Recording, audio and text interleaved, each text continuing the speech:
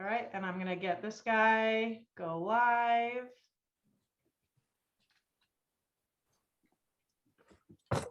Okay, so today we're going to talk about the secrets to 5 to 10 customers per month. Is that the training that you guys are trying to attend today?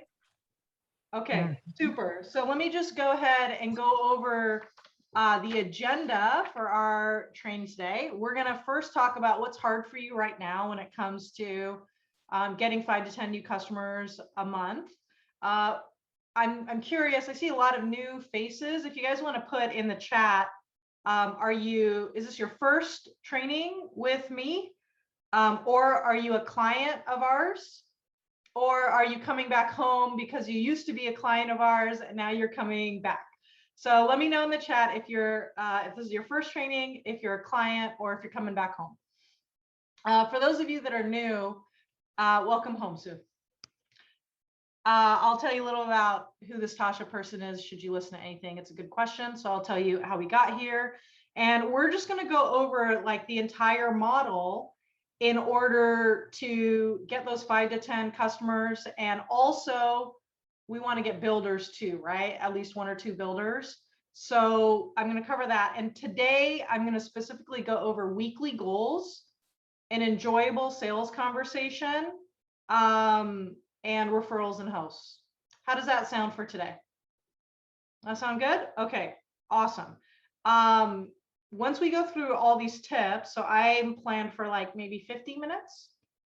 Then what we'll do is we'll go over the customer first sales mastermind. If you want to implement what we talk about today on your own, that's great. If you want to work with us, then I'll show you how to do that. Does that sound fair? Okay, I do have to do a disclaimer. Have you guys ever been to one of those teaser webinars? The ones where they promise you the world, but you actually can't do anything? Okay, I hate those. Do you guys hate those? Okay, I hate those. So my promise to you is we're going to give you the structures of all of our best stuff today. Okay, we're going to treat you like you are clients today in the hope that you like this and that you want to be clients tomorrow. Does that sound fair? Okay, cool. So let's go ahead and open up Pandora's box. If you guys are catching, if you're off camera, I'd love to see your faces. This is a real live event, not a recorded fake live event. You can go ahead and unmute, or you can put in the chat, what is hard for you when it comes to making sales right now?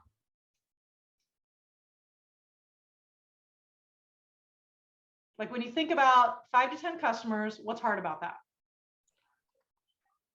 I'm going to say the initial invite of like connecting with the very first invite. Okay. Because I'm very new. You're very new. Okay. Who can relate to that? Just like, what is it? What do I even say? Okay. Awesome. Thank you for sharing. Just feeling paralyzed. Yeah. Who can relate to feeling paralyzed? All right. Marketing and getting leads, like attract people that are actually interested. Yep. Okay. So we're seeing some head noddings here. Finding a new market, initial invite, closing sales. Anyone have a hard time with closing? So what's hard about closing? That's kind of our jam. It's about the ask. It's feeling confident enough to say it's okay to ask. Yeah. Asking for the order. Keeping track of contacts and following up, transition to a sale from information mode. Who can relate to that one? Yeah, okay. This is honest. Thank you for sharing, Fern and Fern's assistant. I feel like a spammer. I want to get interested people without pestering my friends. Place to do it, people to talk with, closing, and then keeping them. Awesome. A lot of good stuff. How do you guys, does it feel better just to hear that you are not the only one that experiences those challenges? I think that sometimes it's kind of demoralizing when it seems like everybody else is awesome and epic, and I'm the only one that's struggling with these different things, right? And so I want you guys to know that you're not alone in this, and I think that that's really important. So we're going to do our best to cover as much ground today as I can in a 45-minute training. Probably not going to be able to cover every single specific thing, but at least you know there's a place for answers.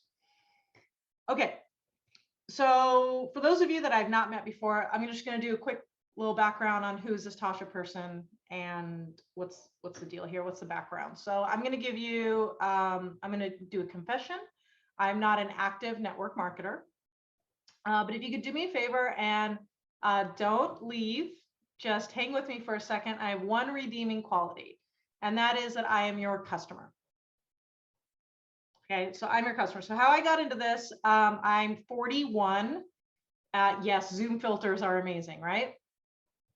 So I'm 41. I, in college, between my junior and senior year, I started selling Cutco knives. How many of you guys have heard of Cutco knives? Or even if it's just for me, okay. So I did that in college and after college. So I spent my early 20s selling knives and leading a direct sales team. So my job was to teach 18-year-olds how to sell $1,000 sets of knives and get referrals and continue to do that. And so I personally acquired over 500 customers during my sales situation. And I led teams that sold over $1.4 million. And best guess is recruited over 1,000 sales reps over that 4 or 5 years period. And so that's where I started. It ended up, this was back before direct sales was really the cool, proper thing to do, like it is today. And you might laugh at me, but like you think about the year 2000, it was not okay to do, right? So I ended up taking all of that experience into corporate America, and I did pretty well. So I became a sales hired new a trainer, and then I was a sales manager, and I was a recruiter. And then I was 35 and I had a 3-year-old and a 5-year-old, and I live in Southern California. So I was driving an hour and 15 minutes to and from work, and I was salary capped. What do you guys think about that? Was that it? And I was looking at the next 30 years of my career in that scenario. And I was like, I don't want to do this for the rest of my life. But I only had one marketable skill, and that was teaching people who didn't know how to sell stuff, how to sell stuff. So I thought, okay, I had my corporate job. I put up a little podcast, and I thought I was going to work with entrepreneurs like CPAs or IT people who had services, like really good services, but they wouldn't have had the sales experience from their previous career. So I thought I'd teach them how to sell their services, and they would do well. So I put a little podcast up. And it was October of 2015. And I went to the dojo where my kids do karate, and I ran into my friend Catherine, and she she's really shy. She came up to me, kind of closed her eyes and handed me this thing and said, will you come to this thing? It was basically, she invited me to her network marketing event. And so I snarkily responded, I will come to your thing if you listen to my podcast. Now, how many of you guys would take someone up on that deal? Listen to a podcast if they would come to your event? Well, joke's on her. I got a text later that day, and she said, I think I might want to hire you. And I still had my full-time corporate job. So, so I went to her thing. That whole thing was a funny story, but it'll take too long to tell. But what ended up happening is I ended up helping her with her sales conversation. She is an introvert. She was a former coder, but she really believed in her product. And she went from making $50 a month for 2 years straight to making $450 that next month. Then her upline hired me, and she enrolled 12 people the first month I worked with her. And that was more than the previous year. So obviously it's a great time to quit my job, right? So with 2 part-time clients in tow, I left my corporate job. Well, my second client's upline hired me, and their upline hired me. And we actually trained their whole team, like 35 of their team members in the program I'll show you at the end today. Their team went from 395 people or new customers to 800 the following month. And we haven't really slept since. I think we're at like 9,000 clients over that period. Our average client in the Customer First Sales Mastermind from the 2 months before to the 2 months during tend to triple their new sales. And so a lot of people will say, well, Tasha, how does that work? Like, why does it work so well? And I said, and I think the reason is I'm not the upline. I'm your customer. And so instead of being someone who says, here's what I did, do what I do, and we have different personalities and different backgrounds, I said, can we please, for the love of God, just make it easier to buy? Like, wouldn't that be nice? And so what we've done is, instead of looking at everything from the distributor to say, here's how I want to do things, what's convenient for me, we flip it and we say, okay, how can we make this entire thing more enjoyable for a customer? How do we make it easier for them to buy? How do we increase trust? How do we flip the whole thing? And I think that's why our clients get really, really, really good results. So here is our training philosophy that I want you to write down. Customer first.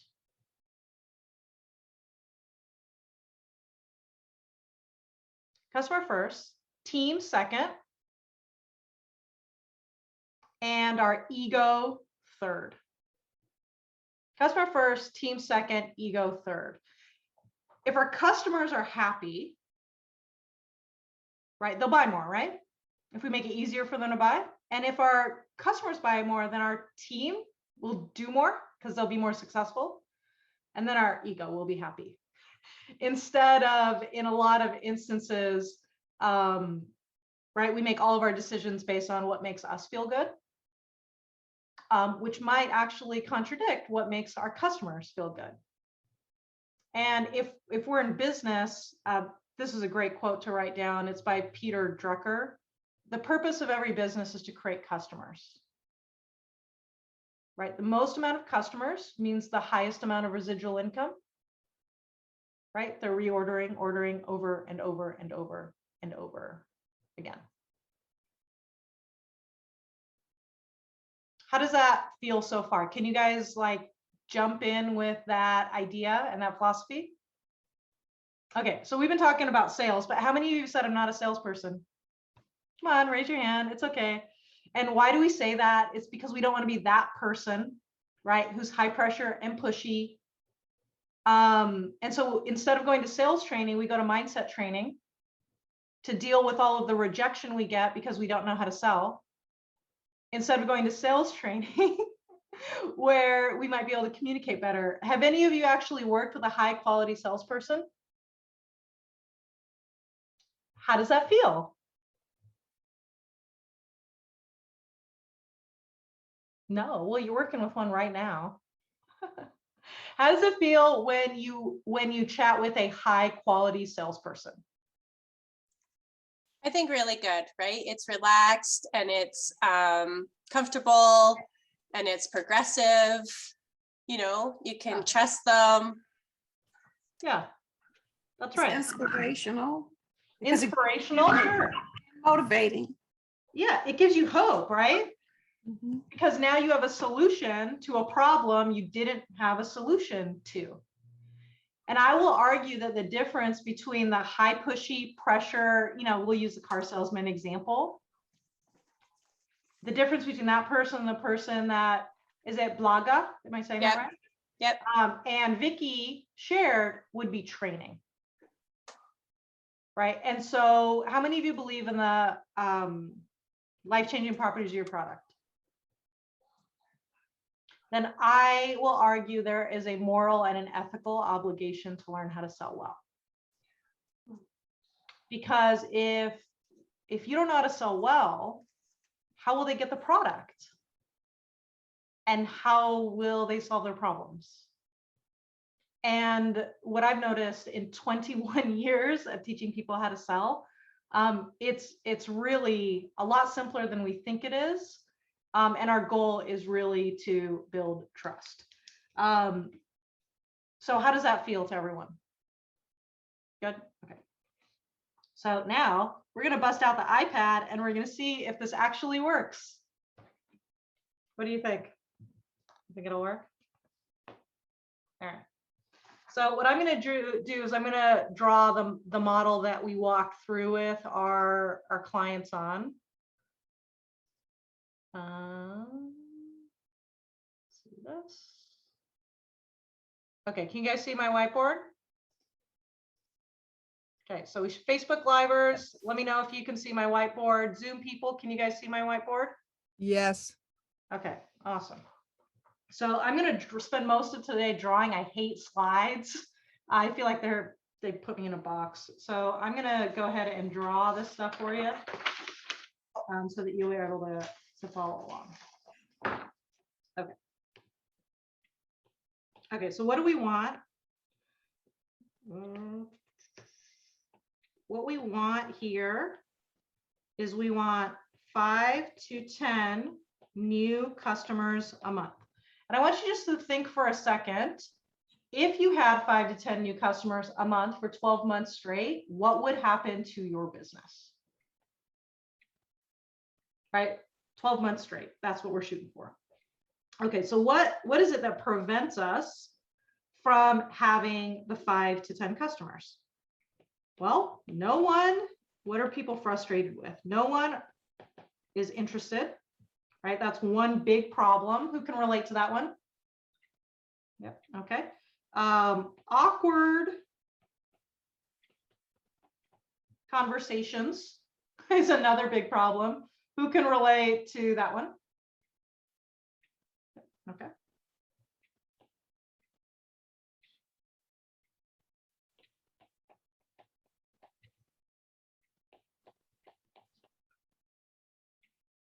And what do I even do each day? Right, like all that sounds great. I'm in it, Tasha, but what are my activities? How do I spend my time? How many of you guys can relate to that challenge or frustration? Okay. So what we want instead, right, is we want people that are excited. What we want instead is we want a plan. And what we want instead is we want confident conversations. Would you guys agree with that? Okay, cool. So how do we do that? Dang, I'm going to run out of room here. I'm going to do my best.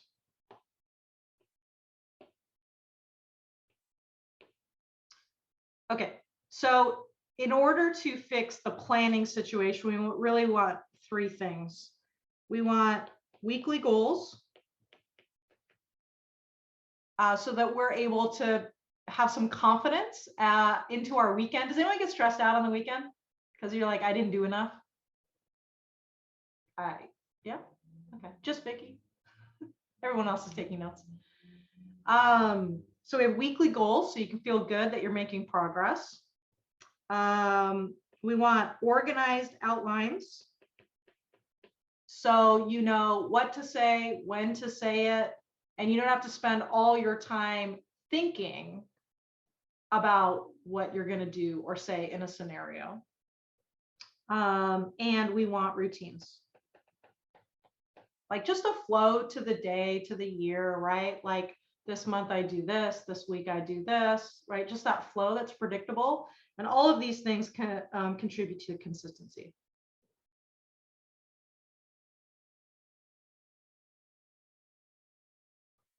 I'll give you guys a second to catch up.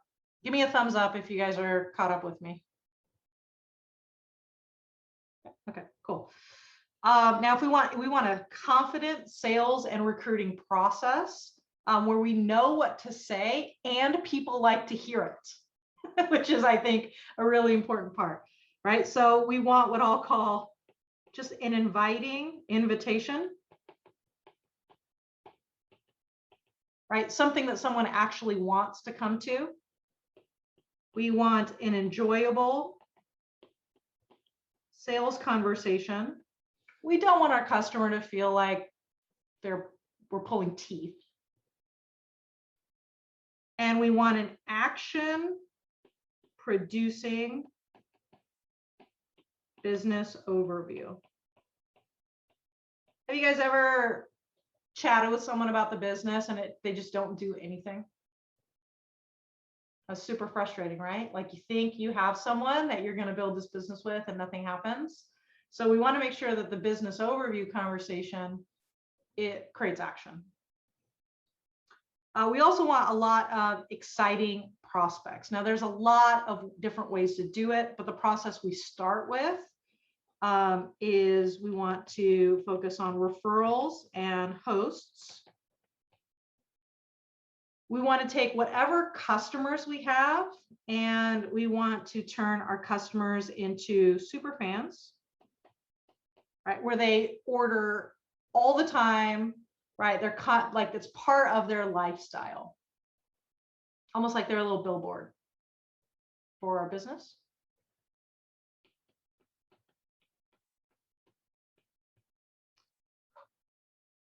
And we want to have a customer upgrade process where we take those excited people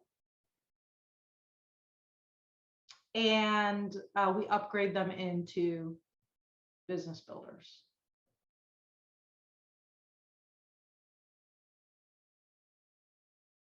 I'll give you guys a second to catch up. Let me know when you guys have got it. And I'm going to pull this down. So if you want to take it, if you're just waiting to take a screenshot, now's your chance.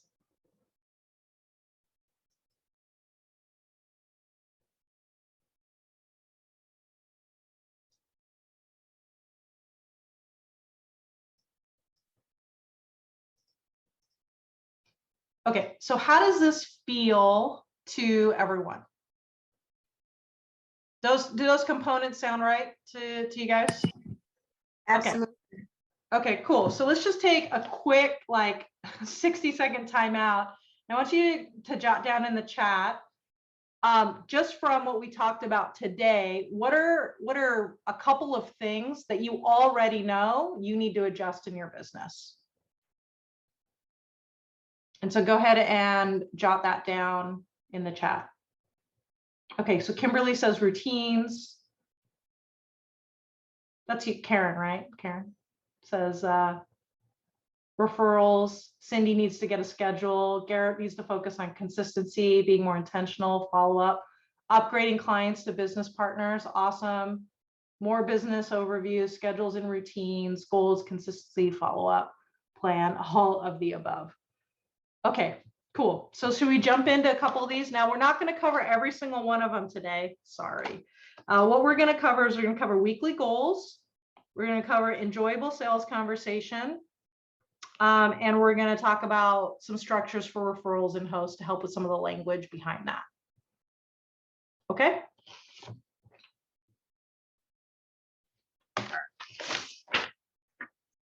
You guys got this? Because I'm going to take the screen down. There, it's gone. All right, but we're going to keep going. All right, so we're going to focus on weekly goals right now. Now, remember that in order to really have that organization and know what you're going to do each, like, right, in order, the parts of the plan are the routines, right, the outlines, and the weekly goals. And you need all three to really feel organized, but let's talk about the weekly goals. Now, if you do not have weekly goals, what you're going to end up with is you're not going to be even sure, like, am I even making progress? Right? You know, you're doing stuff, but not sure if it's actually getting somewhere. There tends to be burnout. And I'm curious if any of you guys can relate to these feelings.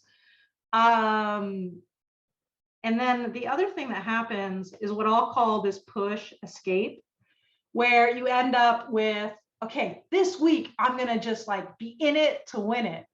And I'm going to try really, really, really, really, really hard this week. I'm going to go all in. And then it's so emotionally exhausting because you're trying to make up for several weeks of work that now it's like, okay, now I need a vacation. Who can relate to that? The push escape model. And the push escape model is not going to work if you're trying to build a 6-figure network marketing business. But if we get this right, I should probably change the color. All right. So if we get this right, instead, we know we're working on the right thing. So we have more confidence, right? You can increase your income. And here's a novel concept. We can enjoy our time away from the business instead of feeling guilty about it. Right? Because we know we're reaching the targets we need to reach.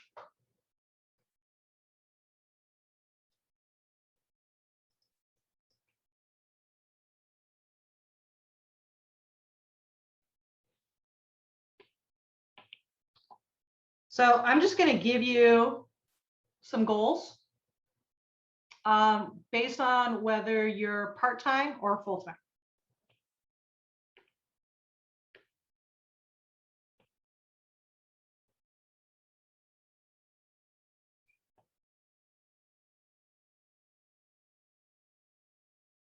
How many did I write down for you? 4. 1, 2, 3, 4.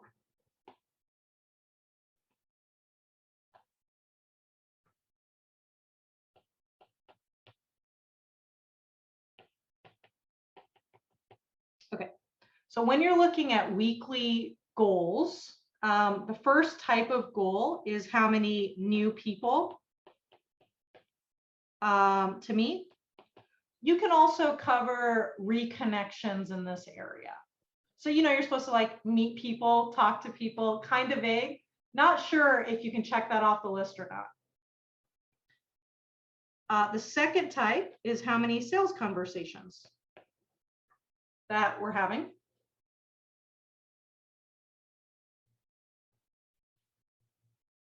The third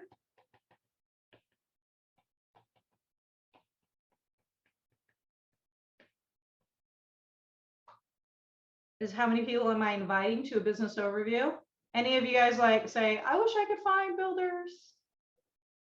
And my question is, well, how many people did you invite to a conversation? Well, Sue is honest, right? And so, but Sue, like, what if you just had a goal that was posted on your fridge that said, hey, Sue, don't forget to invite 3 people to a business conversation. Like that would help, right? It would help a lot, actually. Yeah, just having some focus. I mean, most of you guys can probably write a list and cross things off the list, right? But the big question is, what's the list? And when you're new in a business, you don't even know what the list is.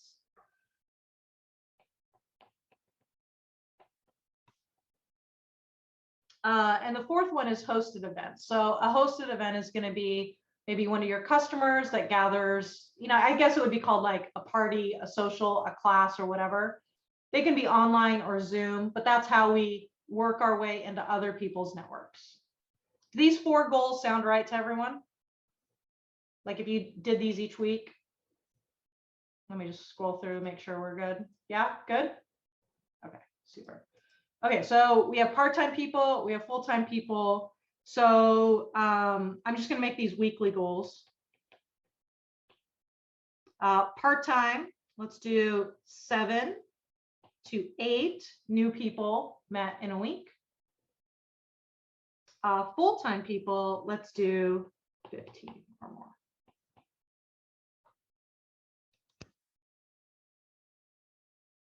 And there's a lot of different like ways you can meet people, but at least knowing the number, right, is helpful. Conversations, like actual conversations with people about the products, I'd say 2 for part-time people or more, right? 4 or more for full-time people. The sales conversation that our clients use tends to convert at about 50 to 80%. So if you did 8 in a month, that would be 5 new customers. That's where I'm getting that from.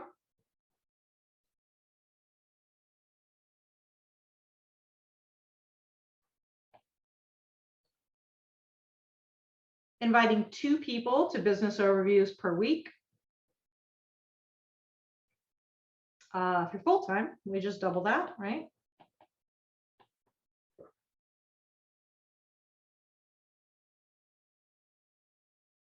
Pro tip, these people you have sales conversations with, also invite them to a business overview. See how that matches up? As I saw panic on everyone's face.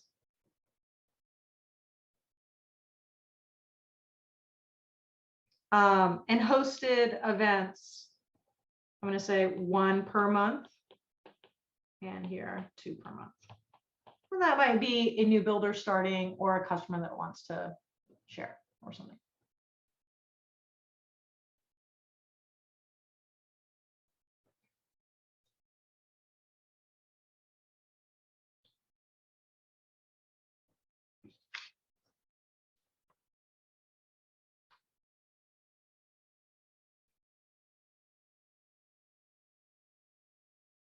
Okay, I'm going to take this down. So if you guys need a screenshot, just go ahead and grab it.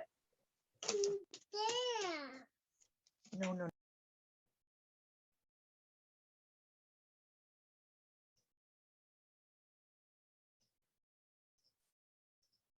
Okay, how does all that feel so far? Good? Feel better? All right, awesome. If you guys have takeaways, any takeaways, we'll do them at the end. You can go ahead and throw them in the chat. All right, you ready to talk about some sales stuff? All right, let's go back to this guy.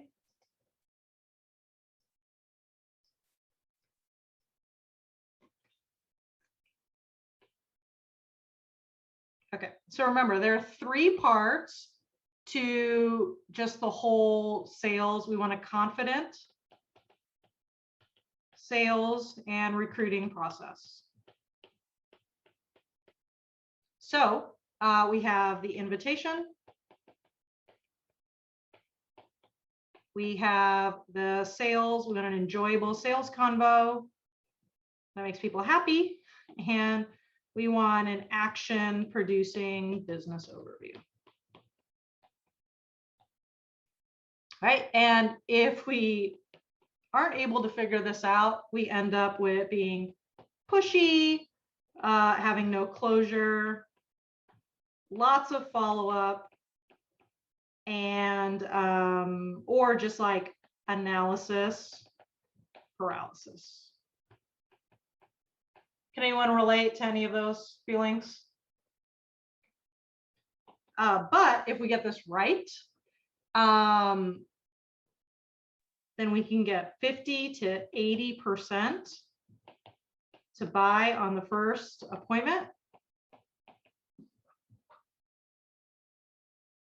And we can probably get 1/3 of our business overviews, our business conversations into action, which I think is cool.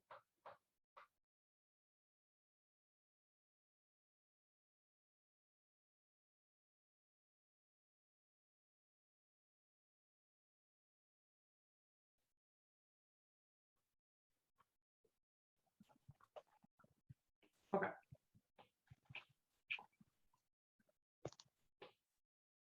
So what are the different components of a sales conversation that is enjoyable as opposed to really stressful? Some of the mistakes is like vomiting all over people, just like jumping into what you're really excited about. Now, for those of you that are new, I think you'll love this. If you're coming back home, really great review. So the first part of a sales conversation is we always want to give people an agenda. Do people like surprises when they have conversations? Nope. We want to tell them exactly where we're going. We're going to cover this other thing. Right? We're going to cover X, Y, and Z. We're going to give them a time, and we're going to remove pressure. Right? You don't have to get anything, but if you see something you like, I'll help you order it.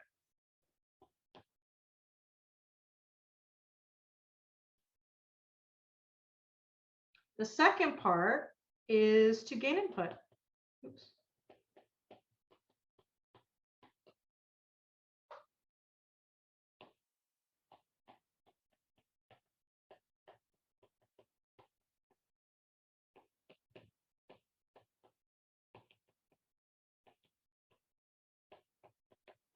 You guys so impressed with my so neat writing? I wonder like how I even know how to write after typing so much. So I hope you guys are able to follow along okay. People don't care how much you know until they know how much you care. And that's Teddy Roosevelt. So we want to ask questions in the beginning, like, tell me about your health goals. What else?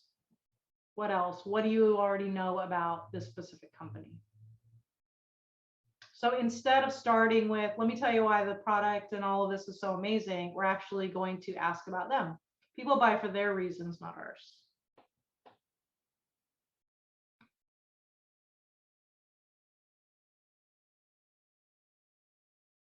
Third part is share about the company and who this helps.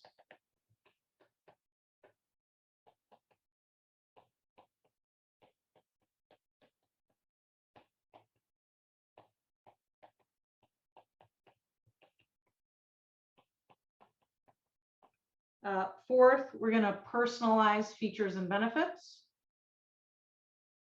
So instead of giving a long list of here, this product does this and this and this and this, and here's the science, we might say something like, have you ever been in a scenario where you're running out the door and you haven't eaten and then you end up going through drive-through? Right, this will help with that, right? Some sort of scenario.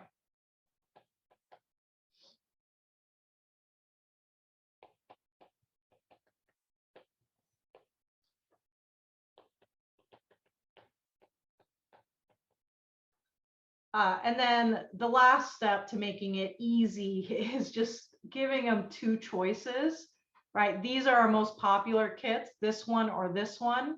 Which one do you think will be a better fit for you?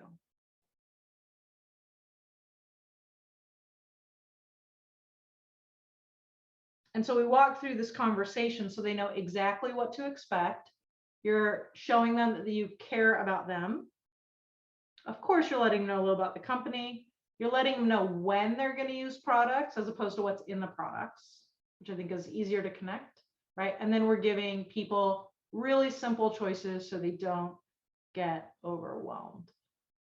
How does that feel to everyone? Good?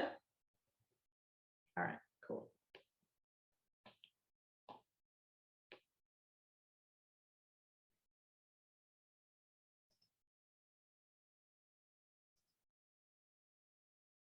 All right. So let's talk a little bit about referrals and hosts. And this is just, oops, not that whiteboard. Hold on. This whiteboard, okay. So what we want to be able to do is we want to be able to get referrals and hosts in order to get people excited about the business. Right, and if we get this wrong, we end up hustling, we end up going placing wide versus deep, which is right going to have a more solid income base for you if you're building your organization deeper, and you'll have less people likely to build.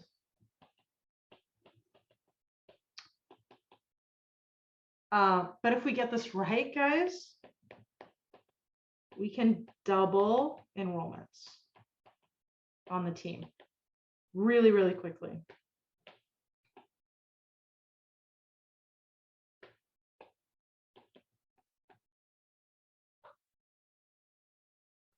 Now, here's an interesting statistic I read when, I don't know, maybe it was like 5 years ago. 84% of people are willing to refer?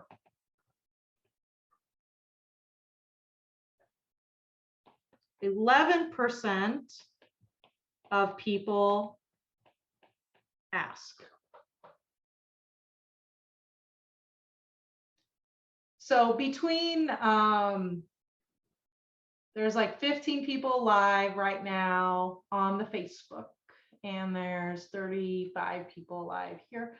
So out of the 40 people that we have here on the call or on the live training, not including, you know, I'm sure dozens and dozens of people who are gonna watch the recording, like 4 out of the 40 people that are gathering right now actually will ask for referrals. But 84% of people are willing to refer. Now, does that mean that they refer in the first moment?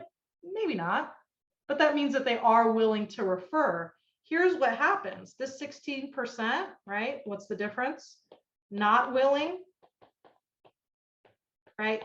They mess with us, right? We value what that 16% of people who will not refer say so much that we don't invite the other 84% of people to refer or host. How many of you guys can relate with that? Right? We're so, and God, heaven forbid if you're in the 16% that doesn't like to refer, it's even more messy. But like, that doesn't matter. Just because I don't wear high heels doesn't mean you don't wear high heels, right? Like, we don't want to make decisions based on our preferences. We want to make sure our job is to invite and their job is to offer. But what a lot of people do is they end up just kind of in this conversation where it's like, hey, do you have anyone you want to refer? And they just kind of throw it out there. Where I think we can do a little bit better than that. I think we can communicate a little bit better. So the one thing to never to do, don't ever forget. Right? Ask all the people so that you're giving yourself an opportunity for the 84% of the people you speak with to give you referrals or to host for you. Right? When I ask people, are you chatting with people about referrals or hosting? They'll say, oh, I forget. Don't forget. Because there's 8 out of 10 people that will give you a positive response at some point, even if it's not like right in that moment, right? We're also building for the future. So there's a few steps.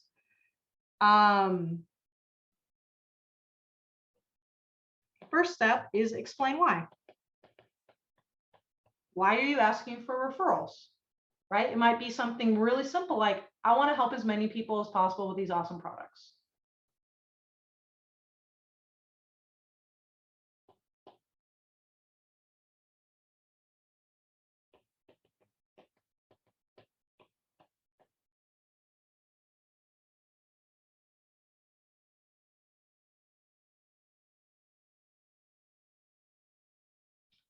The second step is to explain who. The kind of people that I like to work with are typically this type of person.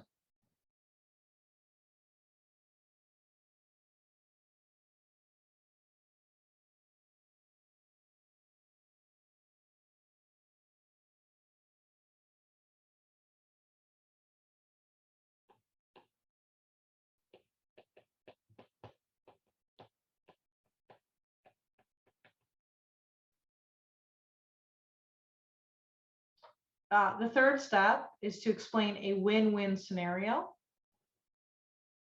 This is typically like AKA an incentive. It's usually like a free product or something, right?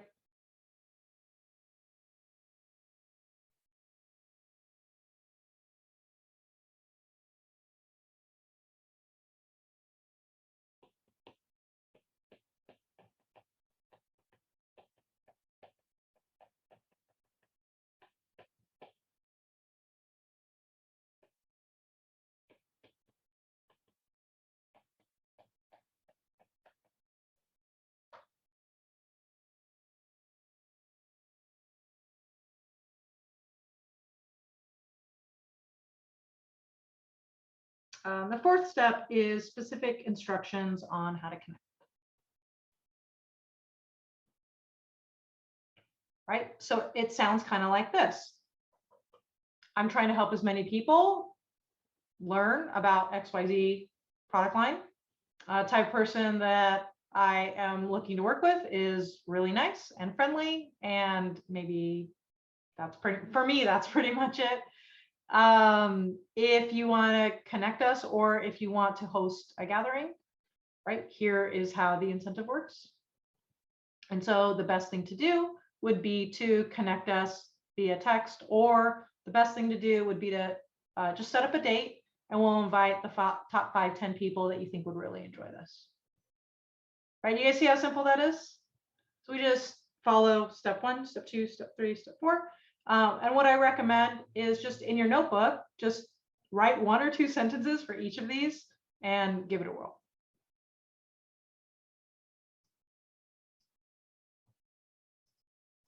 How does that feel for everyone? Feel good? So how we do today?